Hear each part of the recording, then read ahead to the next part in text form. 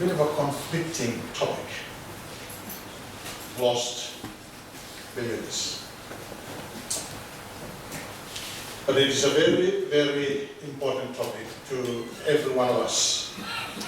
We that are inside this church, and also those outside this church. And I'd like to also welcome, sorry.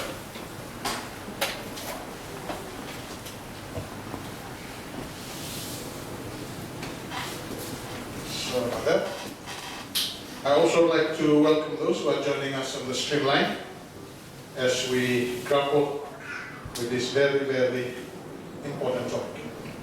It's divided into two main parts, but the first is, let us look at the first aspect, deception and lost believers. It's only as we go through what the Bible describes in regards to deception that we begin to realize that there are indeed believers who will be lost because they would have been deceived. Jesus talks about this. In fact, we are so familiar with Matthew chapter 24, Luke 21, Mark 13, Jesus' words on the end time. And too often we assume that the whole chapter is on the signs of the coming of Jesus. In fact, we are looking only at 2 or 3 verses regarding the signs. Most of the chapter is taken up on deception and true faith. See to it that no one misleads you. This is Jesus' beginning statement. He does not begin with the signs and wars, famines, fire that is ravaging our country at the moment. No. He talks about a very sinister issue here. See to it that no one misleads you, for many will come in my name, saying, I am the Christ, and will mislead many. Many false prophets will arise and will mislead many, because lawlessness is increased. I will further define that term lawlessness in the course of this presentation. Paul also talks on this issue, and he says here that no wonder even Satan disguises himself as what? An angel of light. Therefore, it is not surprising if his servants also disguise themselves as servants of righteousness. To look at this scenario in the book of Revelation in particular, I want to begin with Revelation chapter 11 and verse 19. Revelation 11:19 says, and the temple of God which was in heaven was opened, and something appeared, the ark of his covenant. When we were talking about the sanctuary, I was talking about the ark that was in the most holy place. What is inside the ark? The Ten Commandments. Now, I believe this appearing in the heaven is the literal heaven in the sky. Because, I can't believe that there will be lightning and thunders and earthquakes and hailstorm in heaven. No. It's still talking about the heavens above. And there's a reason why we can believe in the last days that the ark of God will be displayed in the heavens. This seems to be indicating that. The significance of this is because the issues of the last days, and in particular when you come to the book of Revelation, this is part of the last verses of Revelation 11. When you come to Revelation 12, Revelation 13, Revelation 14, we begin to grasp what this deception is all about. And it will center around the issue of worship. How God is worshipped in the last days. And these are just some of the deceptions that is mentioned in chapter 12, 13, and 14.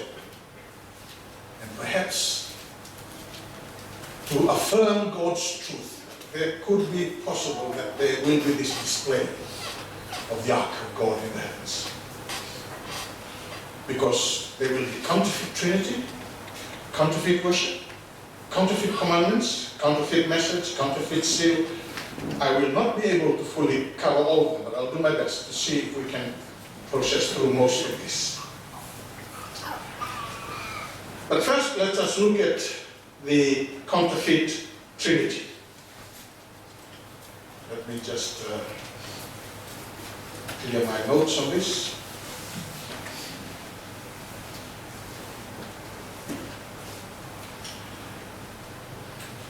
When we come to Revelation chapter 12, after this declaration of the Ark of God displayed in the heavens, we have chapter 12 as perhaps the best chapter to describe Satan. If you want a chapter to understand Satan, go to Revelation chapter 12.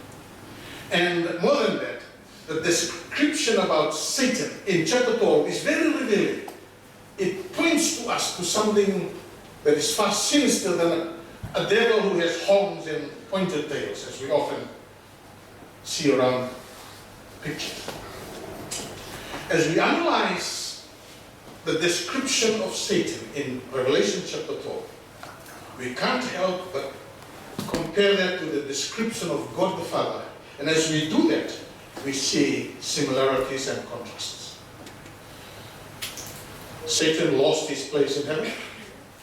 God the Father dwells in heaven. Satan has a throne, just as God the Father has a what? A throne. Satan gives power and authority to the cities, as we will see later. Just like God the Father giving authority to Christ. Jesus said, all authority has been what?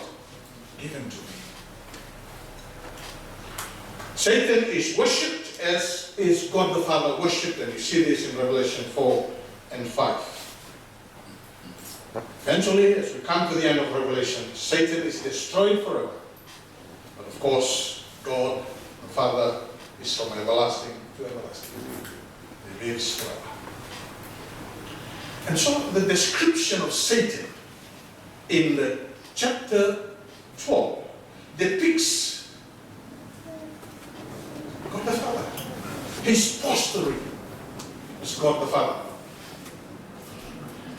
Now, at the end of Revelation 12, verse 13, the dragon was enraged at the woman, this is the church, and went off to make war with the rest of her children who keeps the commandments of God and hold on to the testimony of Jesus. Why is the devil so enraged? Why is he so angry? Because the word there is more than anger, it's enraged. He's seething with anger. Well, if you look through the chapter 12, he could not kill baby Jesus. He was defeated on the cross. He was cast to the earth, and this earth is like a prison. It is his prison, because this mighty angel who could travel the world and the universe is now confined to this little dot in the middle of nowhere. And to make it worse, Satan, amen? Satan can what? Overcome him. I keep telling you that. What is more sinister, Satan or your heart? Which one is more evil? Your heart. What we have to watch is our heart. And if our heart is in God's hand, Satan is not threatened. Satan cannot destroy you. He can kill you, he can harass you, but cannot take away your life. And what he's more angry about is that his time is short. The angel who lived from eternity, and when he was created, he was to live forever, like Adam and Eve. Now, because of Christ's victory on the cross, he could foresee a mark down the ages. That's when the end will come for him. So that's why he's angry, and because of his anger, he went to war with the rest of the woman's seed, and the two characteristics are they keep the what? The commandments of God and hold on to the testimony of Jesus. Alright? And God's anger, therefore, is focused on God's end-time people who keeps the commandment of God and the faith of Jesus. And what type of war? Is it missiles and guns? No. Revelation elaborates. And the issue of Revelation chapter 12, 13, 14. The issue of those chapters is worship. Worship. Because in the end, people will be tempted, will think that they are worshipping God, but in fact, they are worshipping the devil. They're worshipping the beast. They will worship the first beast. They will worship the image of the beast. It's all about worship. It's mentioned about 8 times here. So that central issue, the final crisis, will be worship. And so Revelation makes it clear that the test will not be the denial of worship, but who is worshipped. Everyone will be worshipping. But who are you worshipping? All will be worshipping, but who? Which God are we worshipping? And so, as we come to Revelation chapter 12, as we have seen there, Satan is now protecting, he's presenting himself as God the Father. And he's angry. He's so angry that he wants to attack this church, the rest of her offspring who keeps the commandment of God and have the faith of Jesus. And when you are enraged, you don't go backwards. What do? If you're really angry, you go back? No, you go forward. But if you look at Revelation chapter 13, the first verse, it says that he did not go forward. He went off. So if I'm really angry at somebody, I'm so angry, I'm so livid, then suddenly I disappear and go somewhere. What type of anger is that? But this is what Satan did. He went to the seashore. Look at chapter 13, verse 1, or the end of chapter 12, verse 17. Either of those, whichever translation, will say that Satan, in his anger, did not directly attack the church. He went sideways to the beach. Go to the beach. But what did he do then? He called a friend who comes out of the water. A beast that comes out there. As we look at the beast, the description of this beast, there's more to wonder about this beast. And as we compare this sea beast that comes out of the water, the first assistant for his final war, it resembles Jesus. Comes up from the water to begin his ministry or activity, just like Jesus. He came out of the river Jordan after his baptism. Began his ministry. He resembles the dragon because the dragon in chapter 12 has 7 heads and 10 horns, and so is this beast. 7 heads and how many horns? 10 horns. And remember the question that Philip asked the Father, Jesus, show us the what? The Father. And what did Jesus say? He who has seen me is what? Seen the Father. Because if you see this first beast, you've seen the devil. It's a close resemblance.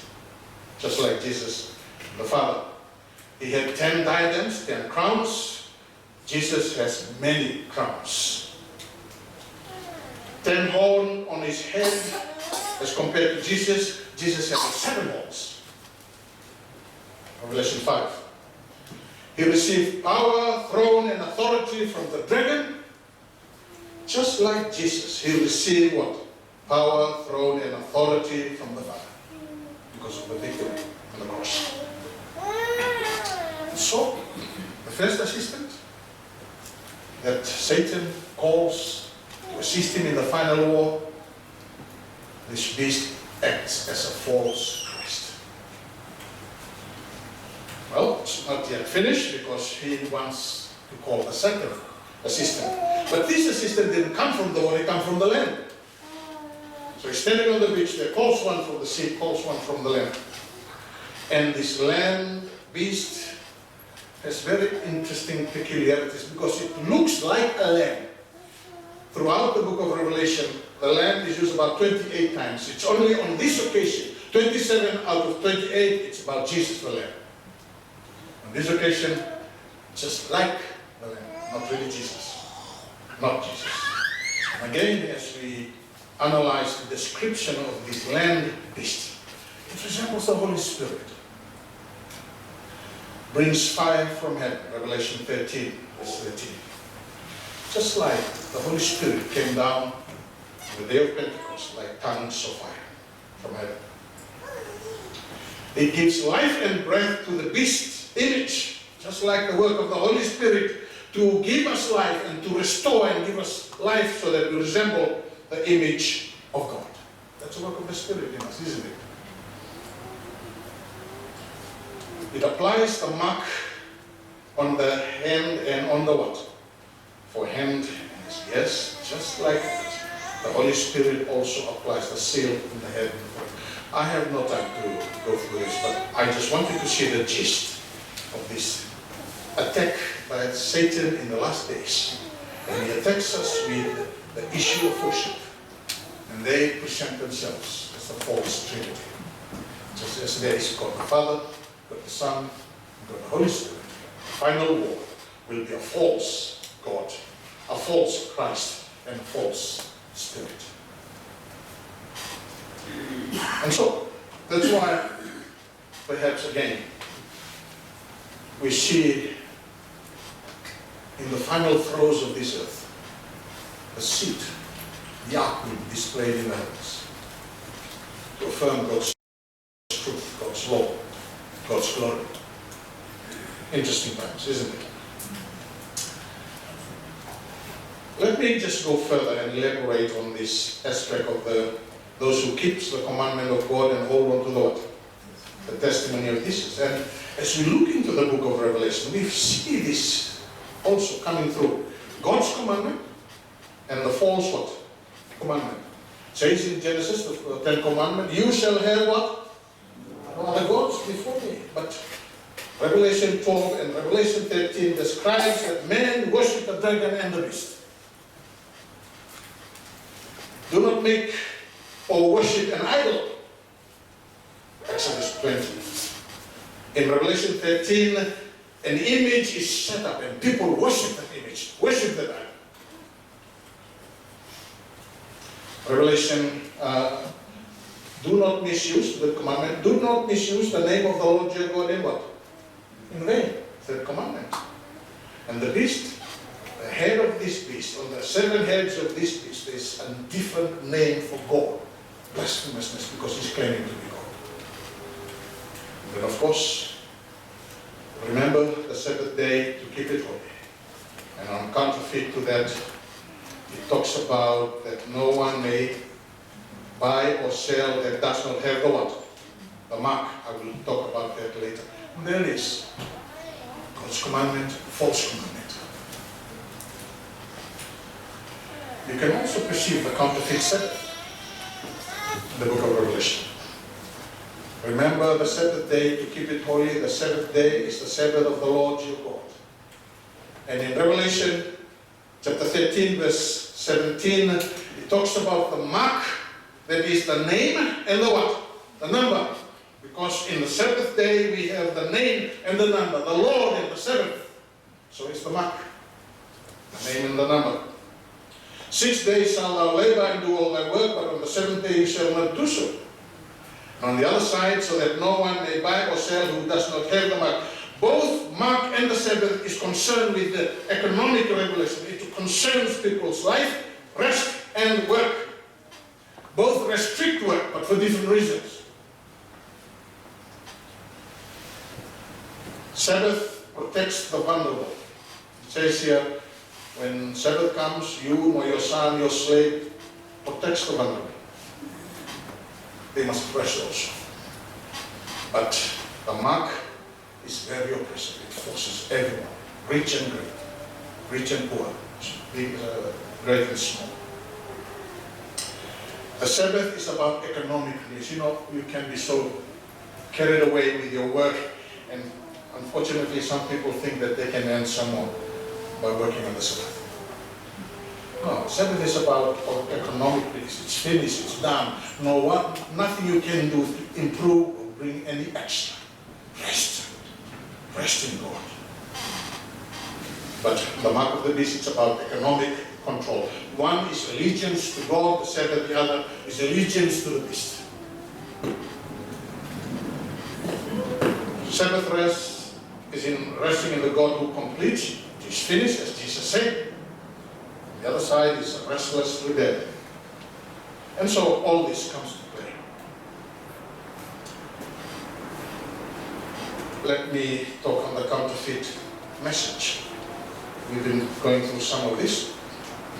Revelation 14, 6 to 10.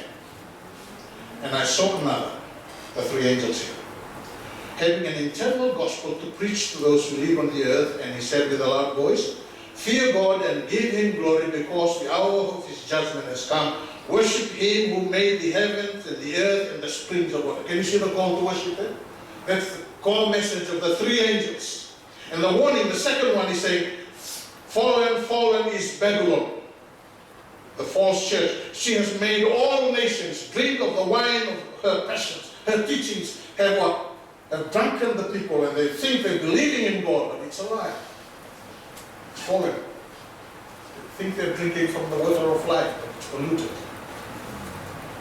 The third one, if anyone worships the beast and his image and the seeds of mark on his forehead or on his hand, he also will drink of the wine of the wrath of God in the presence of the Lamb. Judgment is coming. Now, what about the counterfeit to the three angels? In Revelation 16, verse 13 to 16, and I saw coming out of the mouth of the dragon, and out of the mouth of the beast, and out of the mouth of the false prophet, three unclean spirits like frogs, for they are spirits of what? Demons. Performing signs which go out to the kings of the whole world to gather them together for the great day, for the war of the great day of the Lord Almighty. And Jesus says here, behold, I am coming. As a what? Like a thief. Blessed is the one who stays awake and keeps his clothes, so that he will not walk about naked, and men will see this. If we are not living in this genuine faith with Jesus, when Jesus comes, we'll be exposed. We'll become naked. The faith we profess is not really true faith. And we will be gathered to the wrong side of the divide. Let me talk a bit on the second coming, the false second coming. I'm trying to go through these topics as fast as I can. Hopefully you're following with us. The question is asked, when will the mystery of evil, when will Satan be fully revealed? Paul has a very interesting perspective on this if we come to 2 Thessalonians chapter 2, about the revealing of Satan. And you know what restrains, so that in his time, Jesus' time, Satan will be revealed. The mystery of lawlessness. Only he, that's Jesus, who now restrains him and will do so until he's taken out of the way. Then the lawless one will be what? Exposed, revealed. Whom the Lord will slay with the breath of his mouth and bring to an end by the appearance of his what? Coming. That is the one whose coming is in accordance with the activity of Satan, with all power and signs and false wonder. Now, let's have a closer look at these 2 points that we are looking at here. And you know what restrains, so that in his time, Christ's time, Satan will be what? Revealed. So the full revelation of Satan,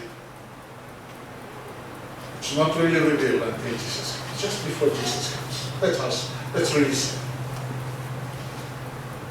One would have thought that Satan be fully exposed and revealed clearly. No. God is working here. Satan will be fully revealed only just before he comes the second time. How do we know? How can we know the full revelation of this Satan, who is now deceiving, who is now exposing himself as false Christ, false spirit, false God? It is only through the word, God's word. Only God's word, believing, having faith in God's word, can safeguard us, because God's word is the what? Sword of the Spirit. Then the lawless one would be what? Revealed, whom the Lord will slay with the breath of his mouth, to bring an end by the appearance of his coming. Now there are two comings here. His coming, which is Jesus' coming, and the coming of Satan. Alright? When you look at the Greek word, the word that describes them appear very frequent about the coming of Jesus, uses the Greek word parousia. And there are two parousias in these verses. The first parousia is Jesus parousia, Jesus coming. The second parousia is not Jesus coming, but what? Satan's coming. Therefore, what we're looking at here is that there are two comings. Can't be more complicated than that. Two messages, two commandments, three angels set of messages, and two second comings.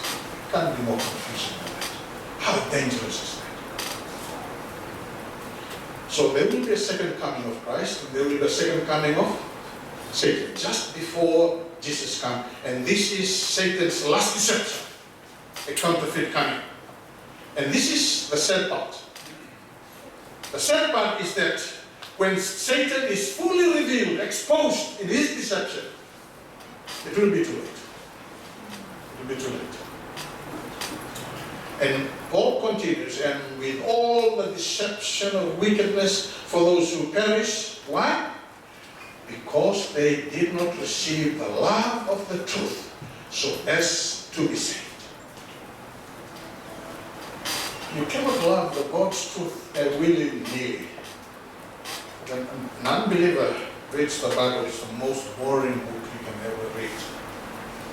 But a person who is born again, a person whose heart is transformed by Jesus, as he reads the Bible, he loves the truth. He responds in heart to the truth. Amen?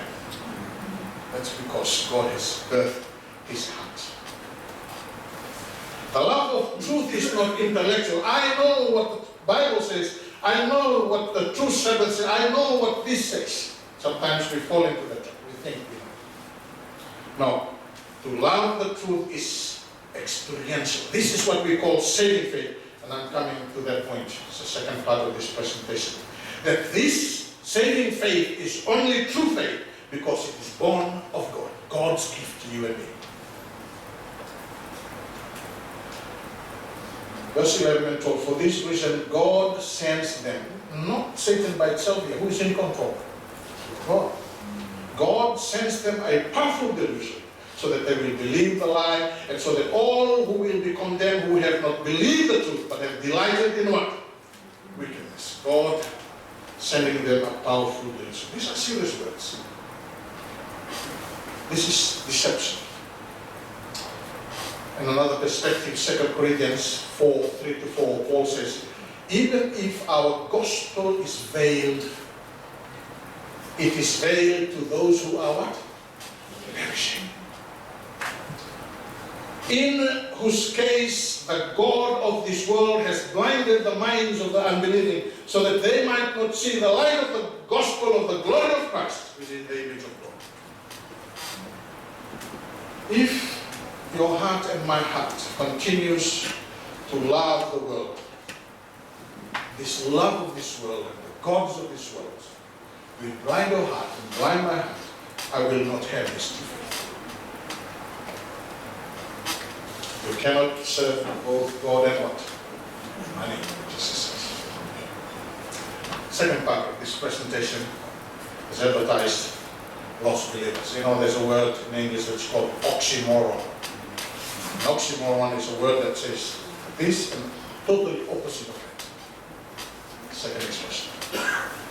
Is there such thing as lost believers? If we go wrong on faith, if our faith in God is not biblically based according to God's word, then everything in our Christian life will go wrong. Does not matter whatever it is. If the faith is wrong, everything goes wrong. If the faith you and I are professing, then there is a danger of this misunderstanding faith. We could be misexperiencing this faith. And that's why Jesus says that when he comes, when the Son of Man comes, will he find faith on earth? That's what he asked. You know, Jesus says, for many are what? Called, a few are what? Let's talk about this saving faith, the experience of saving faith. John 15, Jesus goes further in verse 16. You did not what? Chose me, but I chose you. You know, sometimes say, yes, I choose Jesus. You can proclaim that you are choosing Jesus. You can publicly declare you choose Jesus. But that could be just outside. In your heart, you still love your life. You still love to worship the God of this world. So it does not matter what you say. God chooses you because you have allowed God to come into your heart. And that's how God chooses you. He's chosen, are chosen from the heart. And what will say? And appointed you that you will go and what? Bear fruit. I'll shed a bit of light further on that phrase, to bear fruit. How does God choose his chosen? Is that a fair question? What is the relationship between being chosen and bearing fruit? Of course, the question that we've been asking is it possible to believe the promises of God and yet be lost? Is there such thing as a false faith? And mind you, as we go through this, I am and I will be quoting Jesus. These are not my words. I'm just a messenger. Matthew chapter 7, verses 21 to 23. Not everyone who says to me, Lord, Lord, will enter the kingdom of heaven, but he who does the will of my Father, who is in heaven, will enter. Many will say to me on that day, Lord, Lord, did we not prophesy in your name? And in your name cast out demons? And in your name perform many miracles? You know, the word Lord here 4 times. Lord, Lord, Lord, Lord. And the Lord says, I never knew you. Depart from me, you who practices what? Lawlessness. Yes, it's possible to declare that you believe in the promises of God and still be lost. This is an experience of what we're looking at here. Jesus is saying here that believers could be lost despite their claim to be living in the promises of God. Yes, it's possible to believe God and be lost. These people believe, they thought they believe and that they are secure. But when Jesus comes, they are stunned at Jesus' rejection. Maybe they are quoting texts like, I believe, I will, God said promises, I think it's in Hebrew somewhere, 13. I will never leave you nor what? Forsake you. They believe that.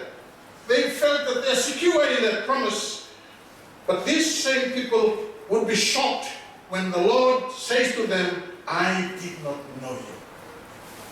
And they will be cast out of his presence. And that could be all of us. We could be declaring publicly that we believe in God, we believe in his church, we believe in the truth. But God does not know us. So our hearts is wrong. We have not surrendered our hearts to Jesus. This is deluded hypocrisy. This is the subtlety of human sin and self-deception. And Satan is, I want us to note that Satan in the temptation in the desert, when Satan came to tempt Jesus, I think it's the second temptation, the devil took him to the city of Jerusalem. And he stood Jesus on the pinnacle, the top end of the temple. And he said to him, if you are the Son of God, throw your what? Yourself down. Satan is quoting scripture here. Because Bible he quotes another scripture. He will command his angels concerning you. That's another promise. If you fall, Satan will what? Protect you. And on their hands they will bear you up so that your feet will not strike the stone. No, Satan is quoting scripture here. You know? And yes, we can be believing and assuring ourselves of these great promises. But remember, Did Jesus, Satan, is Satan believing really in Jesus? No, it's in his mind. He knows this truth. His heart is not there. He can never believe in Jesus.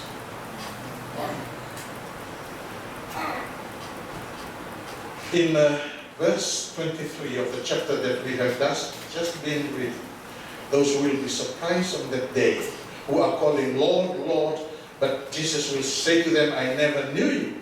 You need just to go back to verse 24. 21. They are workers of what? Lawlessness in verse 23 and in verse 21. Go back to verse 21. They are resistant to the what? To the will of my Father. It's something to say, Lord, Lord. But are you resisting the will of God in your heart? That's what it means when they say here that they live in lawlessness. You know, one of the famous texts we often quote is 1 John 3:4. I like this translation in the NASB. Everyone who practices sin also practices lawlessness, because sin is lawlessness. Sin in the heart is that when we don't want and refuse to surrender our hearts to God, we like the lawless life. We constantly live and are tempted. That's how Satan thrives in his temptation. So the heart of these lost believers is basically lawlessness.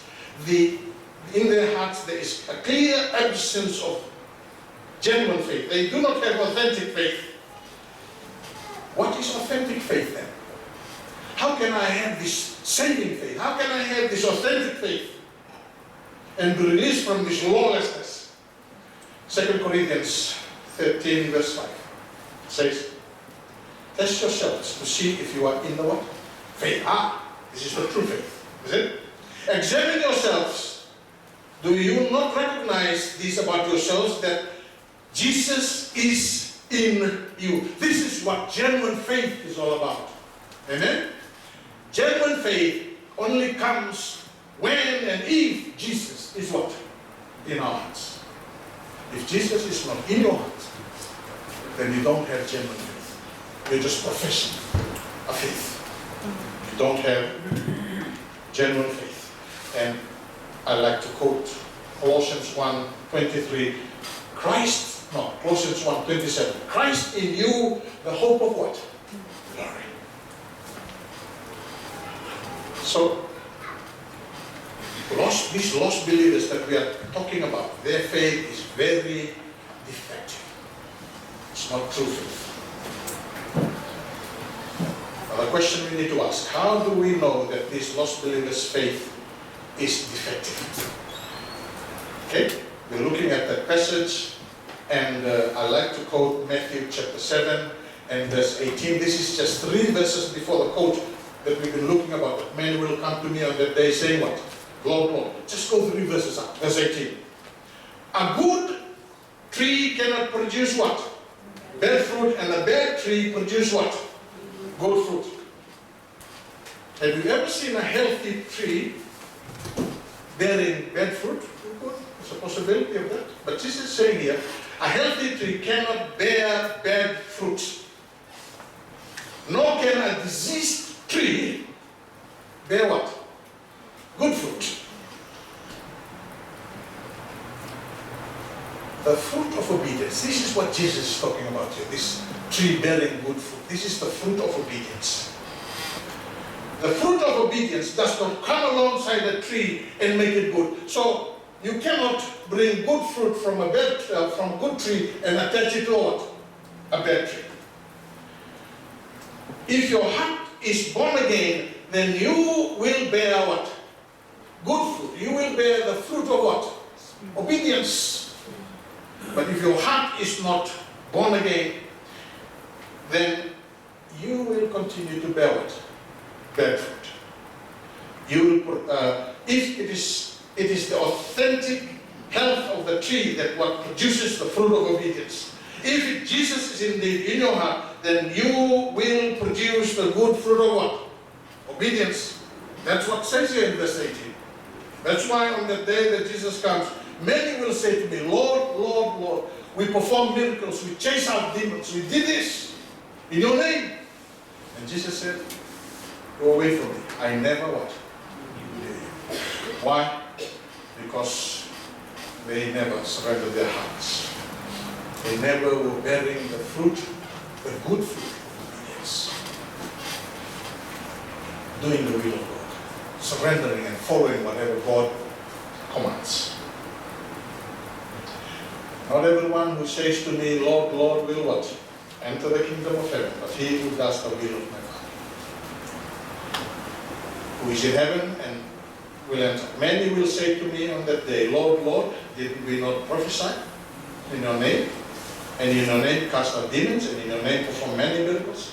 And I will declare to them, I never knew you, depart from me, you who practice what? Lawlessness. You who has not surrendered your heart to Jesus. With the same Lord, you're singing, you're active in the church, but lawlessness is in your heart and my heart. Yes, it is possible to believe in the promises of God and be lost. It's very clear. Scripture, and Jesus is saying that. The next question, what is wrong with the faith of these very religious people? Why did their faith, this faith that can preach, can prophesy, can perform miracles, can chase away demons, they're saying, I have faith. It's not producing the good fruit, that type of faith, because they are not willing to do the what? The will of my Father. Because that good fruit, in verse 18, is the fruit of obedience, surrender. Anyone who wants to come after me, he must not follow his will, but carry his cross. It's called dead faith. James 2:26. For just as the body without the spirit is dead, so also faith without works is dead. Yes, there is such thing as called dead faith. Look at James 2 verse 19. First, he says, you believe that God is one? You do well. The demons also believe. Alright? So faith apart from works is dead. Faith can also refer to the faith that demons have. What's the difference between the demon's faith and my faith? If I do not obey and fully surrender my heart to God, there's no difference. Satan has a better faith on that circumstance, because if faith is based on your understanding, on your mental assent of knowing, Satan knows better. In that spectrum, Satan is the greatest. He knows the Bible back to front. It's dead faith. Let me come to the experience of the leader. Remember the story of the woman at the well, Samaritan. Remember the story? They were saying to the woman, this is the village. She went back to the village after meeting Jesus, after believing in Jesus. It is no longer because of what you said that we believe, okay? For we have heard for ourselves and know that this one is indeed the Savior of the world. These Samaritans have heard a very, very reliable testimony about faith in Jesus. Because they could see that this woman was living a double life. Everyone was gossiping about it, 5 husbands. But the question we must ask, these believers, the village believers, did they also experience the same experience that this lady experienced? That she surrendered, she left her pot there, she accepted Jesus. She said, Sir, give me this water. Did these believers have the same faith as this woman?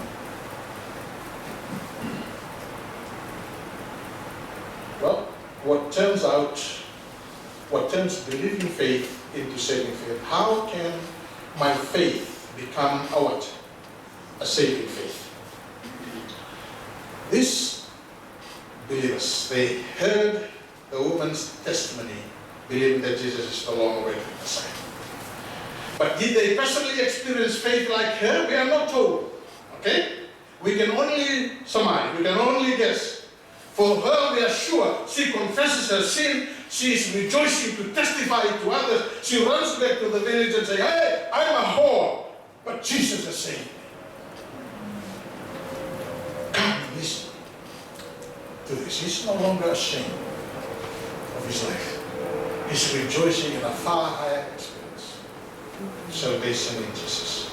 Her faith was different. Her faith is experiential.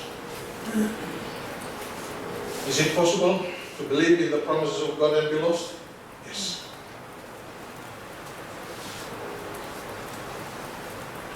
Just saying, Lord, Lord, just publicly confessing your faith, just like these villages and others, this type of faith is not sufficient to turn into a saving, genuine faith. It's more than that. It's more than just listening. And just like those villagers, you in this church and others listening from out there, you're hearing the word. You're accenting the truth. That's not all.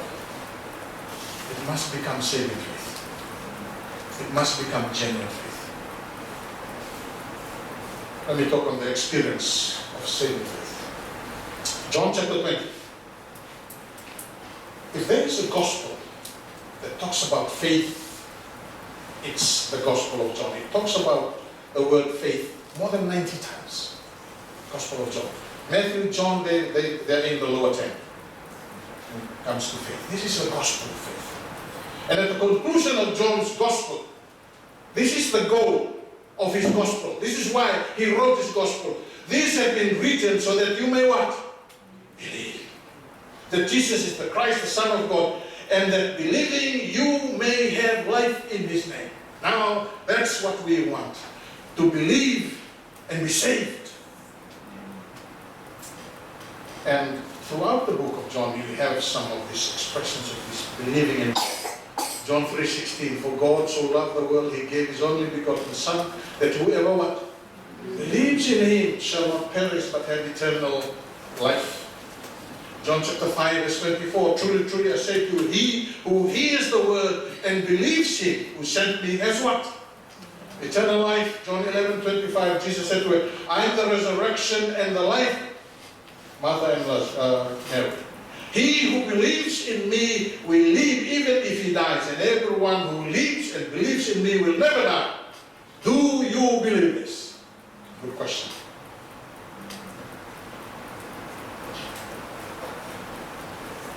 Believing that does not. Now let me come down to the final aspect of this topic. John chapter 2 verse 20, let me begin again on the other side.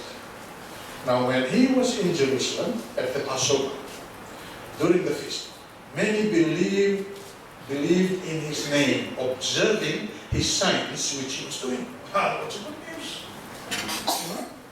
These thousands are coming to celebrate Passover, and they're watching the miracles of Jesus, and it says here that many believe in that.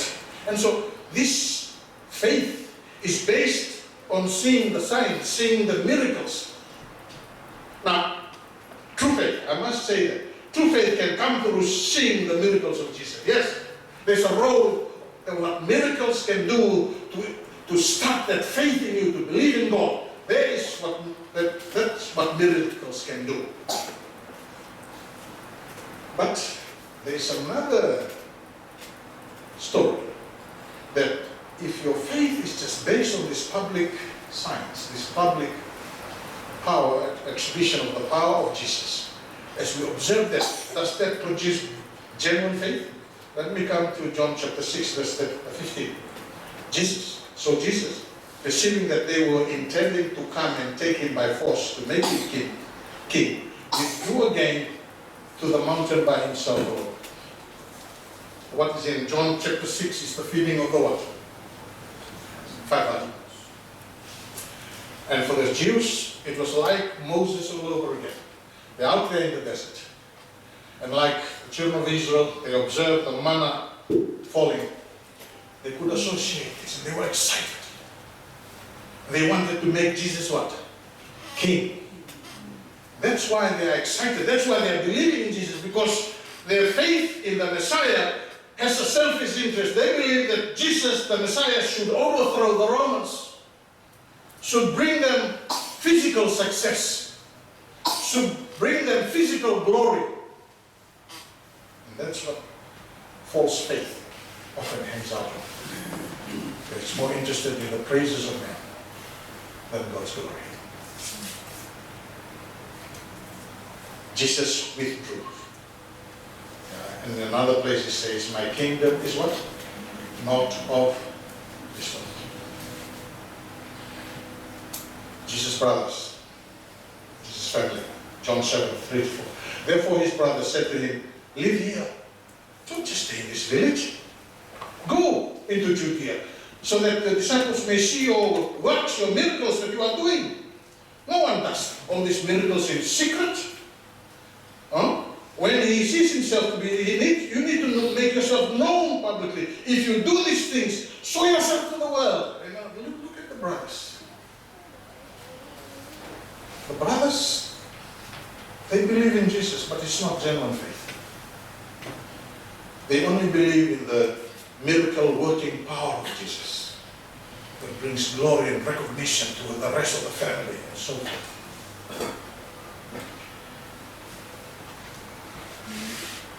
For not even his brothers were believing in him. That's sad. That's right. Very sad. Believing that's just based on the miraculous, not necessarily surrendering the heart, is false faith. I have no time. We won't even cover it in this series. But in the beast and the first and the second beast, they will call fire from heaven, referring to the coming of the Holy Spirit, but it's not the Holy Spirit, it's a false spirit. And this fire from heaven, they will make wonders and signs, miraculous stuff. And people will believe, but it's not genuine faith, because they're in for their self-glory, they're in for their own selfish reason. It's a good faith if I can continue in my own heart and not surrender my heart. It's false faith. They will be lost.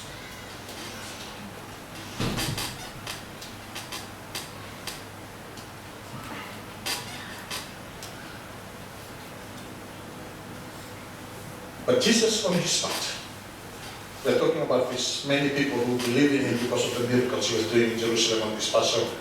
But Jesus on his part was not entrusting himself to them, for he knew what? All men.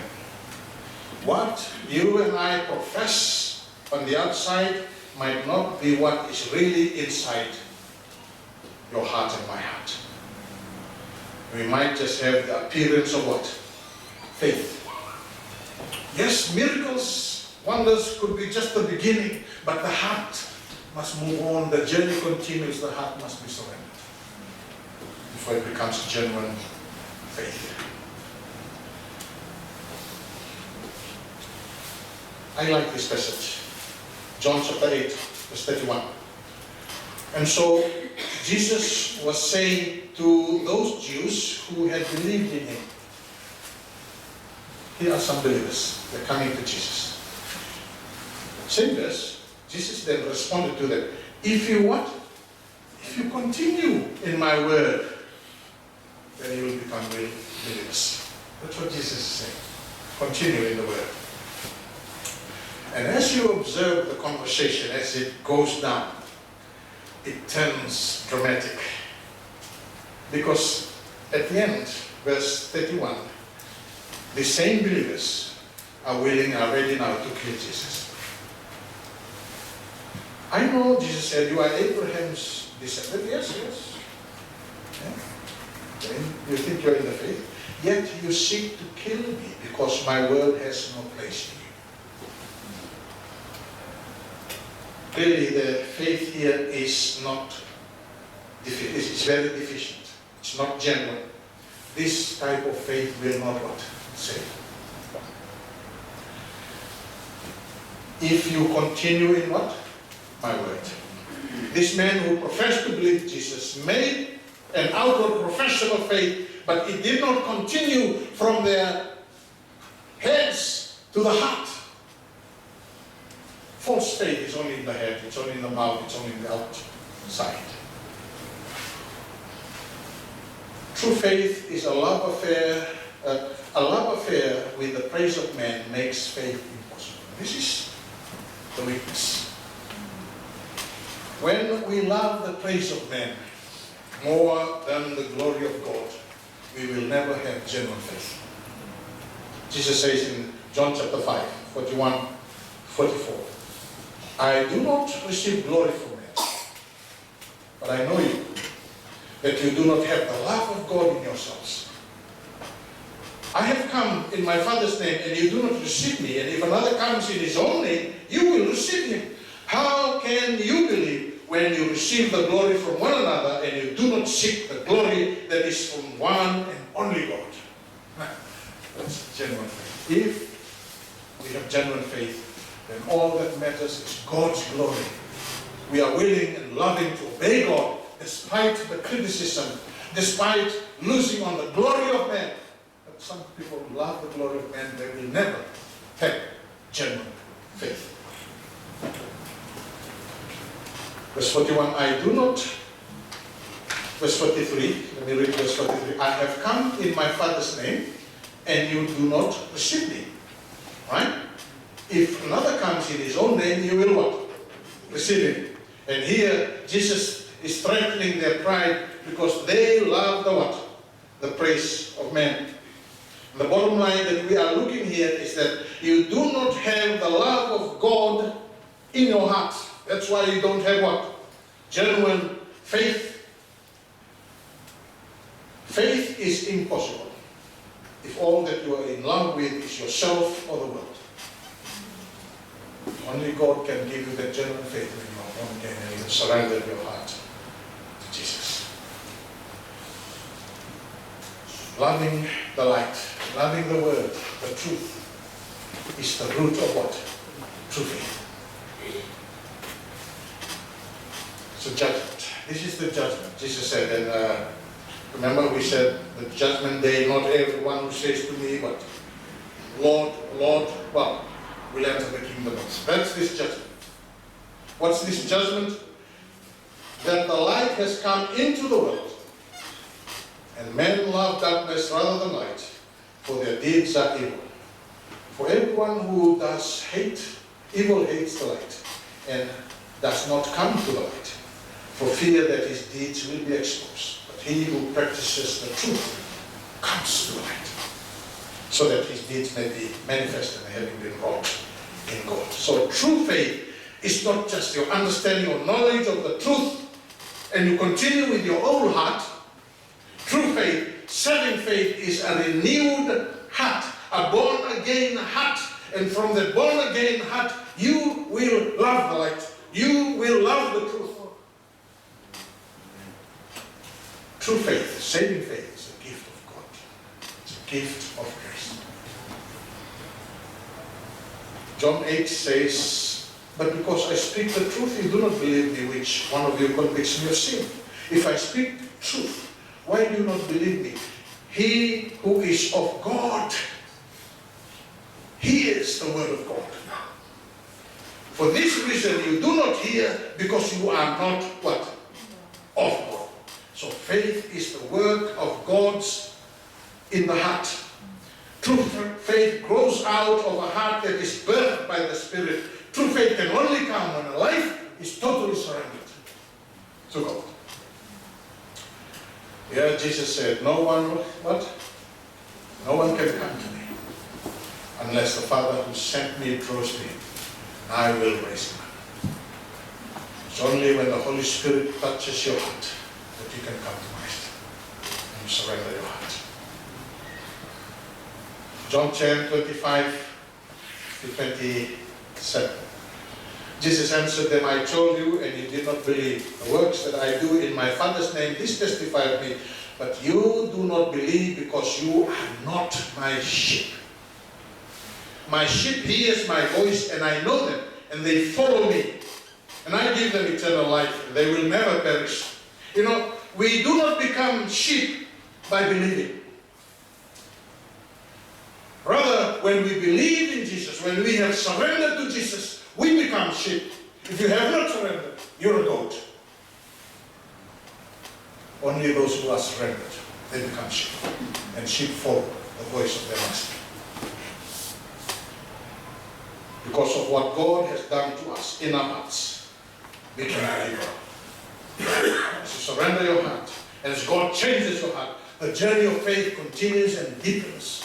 You love to look to sell like the farmer who was willing to sell everything he has to buy that property because he has found the pearl of great price. He has found the treasure in Jesus. I told you, and you do not believe. The works I do in my Father's name is testify to me, but you do not believe because you are not my sheep. My sheep hear my voice, and I know them, and they what? They follow me, and I give eternal life to them. They will never perish. Jesus' words to each one of us. Behold, I stand at the door and knock. If anyone hears my voice and opens the door, I will come to him and dine with him. You know, there are two parties here. Every day, you fellowship with Jesus as you surrender your heart. And then one day, you will dine with him in the earth made new. Are you Jesus' sheep? How is your faith? May God bless us.